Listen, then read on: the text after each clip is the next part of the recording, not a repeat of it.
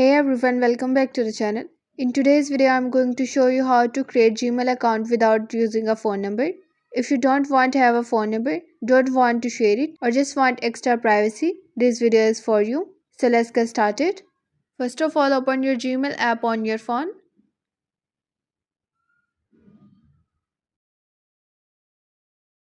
Now go to your profile icon.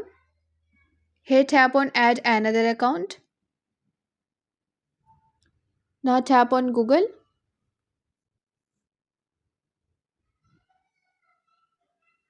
Tap on create account.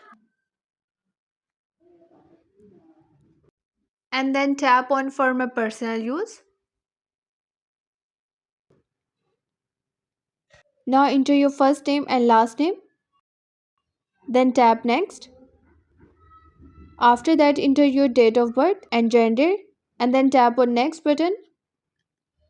Now Google will ask you to choose a username. You can select one of the suggested emails or create your one.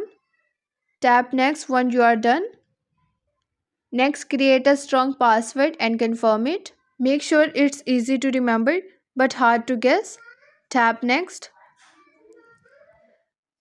Finally, read Google's privacy and terms. Then tap I agree.